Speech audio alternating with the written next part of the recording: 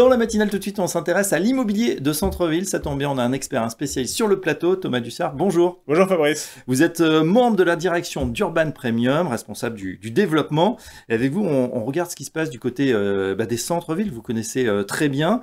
Vous êtes spécialiste justement de cet immobilier de centre-ville, que ce soit pour le commerce, mais aussi pour le résidentiel. Réexplique-nous la stratégie d'Urban Premium. Alors Urban Premium est une société de gestion de SCPI qui est née il y a plus de 15 ans maintenant et qui a fait le choix, dès le démarrage de son activité, de se concentrer sur la thématique de l'immobilier de centre-ville.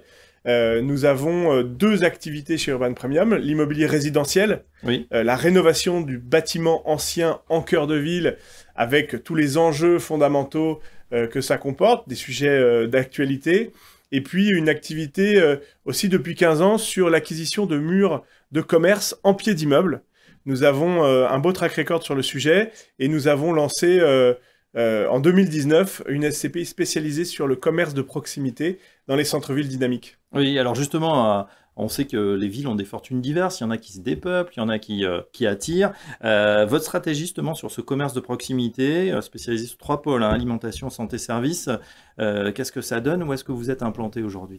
Alors en premier lieu, la connaissance des équipes d'investissement d'Urban Premium a fait que nous avons depuis 15 ans bien sélectionné les centres-villes dans lesquels il faut investir et ceux qu'il faut pour l'instant peut-être éviter.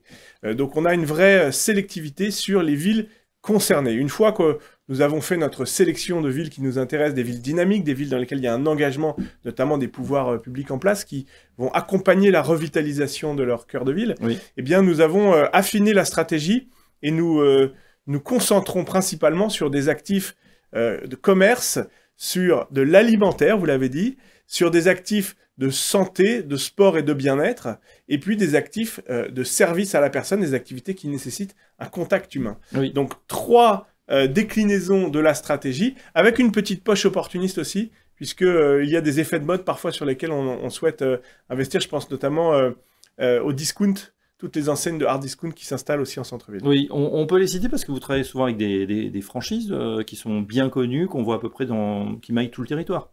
Alors, la réalité, c'est qu'on travaille beaucoup avec des entrepreneurs. Ce sont des commerçants qui mettent toute l'énergie nécessaire, qui mettent le temps et qui travaillent beaucoup dans leur commerce, qui créent en fait leur patrimoine au travers du fonds de commerce qu'ils vont développer. Et c'est une stratégie à plus de 72% dans notre portefeuille de travailler avec des indépendants qui sont pour la plupart des franchisés. Donc oui, la thématique de la franchise nous intéresse. Et si on se concentre sur ces thématiques alimentaires, restauration, santé, bien-être, sport, services, eh bien, je peux vous citer des marques comme Normal, qui sont des enseignes, alors c'est plutôt dans la catégorie opportuniste là pour le coup, mais sur la thématique du sport, on travaille beaucoup avec des enseignes comme Basic Fit. Nous avons sur la partie alimentaire des Carrefour Market, des Franprix, des enseignes un peu plus discrètes qui se font par exemple du bio dans les centres-villes qui fonctionnent bien. Ouais, des thématiques toujours porteuses. On se concentre justement sur vos SCPI. C'est vrai qu'il y a eu un creux sur ce marché. Il y a eu un peu de SCPI bashing. Ça va mieux pour cette année 2025. Où est-ce que vous en êtes? Quel est l'état de votre collecte? Alors c'est une bonne question. Effectivement, le marché de la SCPI est un peu à 2 vitesses. Il y a des SCPI qui collectent beaucoup. D'ailleurs, certaines captent 90% de la collecte, ce qui d'ailleurs nous rappelle parfois certaines difficultés dans ce marché. Donc, il y a un vrai sujet de diversification des acteurs, diversification non pas de la stratégie immobilière, mais plutôt des sociétés de gestion avec lesquelles on travaille. Et nous avons la chance sur Urban Premium de continuer à collecter dans ce climat un peu difficile. Et c'est une bonne nouvelle. Nous espérons atterrir autour de 30 millions d'euros de collecte sur cette SCPI Urban Cœur Commerce, notre SCPI de commerce. Et ces 30 millions vont être déployés sur cette stratégie qu'on vient de décrire. Donc, on a de la chance, on peut saisir les opportunités du marché. Oui. Elles sont bien réelles.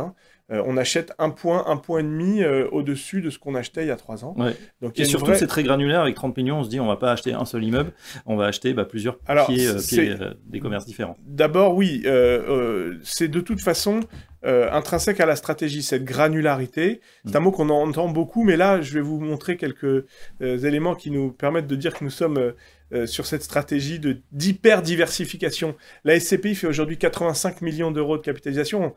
On frôle avec les dossiers en cours de financement, les 90 millions d'euros. Oui. Et nous avons à ce jour 110 commerces en pied d'immeuble, 110 locataires en place, différents. D'accord. Donc ça, c'est une stratégie de diversification. Voilà, qui diversification dit également résilience. La ligne moyenne se situe autour de 700 000 euros sur cette SCPI.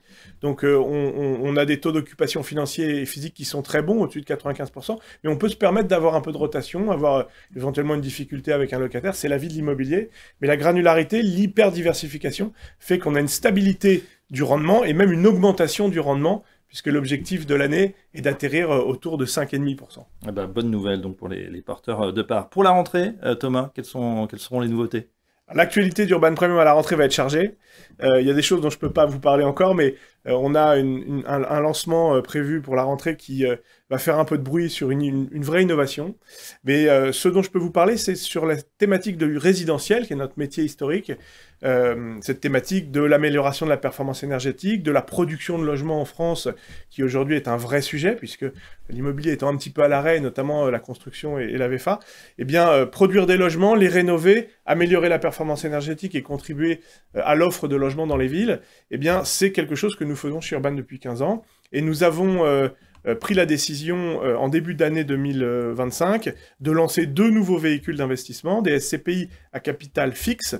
Nous avons clôturé un tour de table sur une SCPI de Normandie, donc cette fameuse loi fiscale qui remplace plus ou moins le Pinel, et nous sommes en cours d'agrément à l'AMF, mais nous avons clôturé un tour de table sur ce véhicule. Nous espérons ouvrir rapidement, début septembre.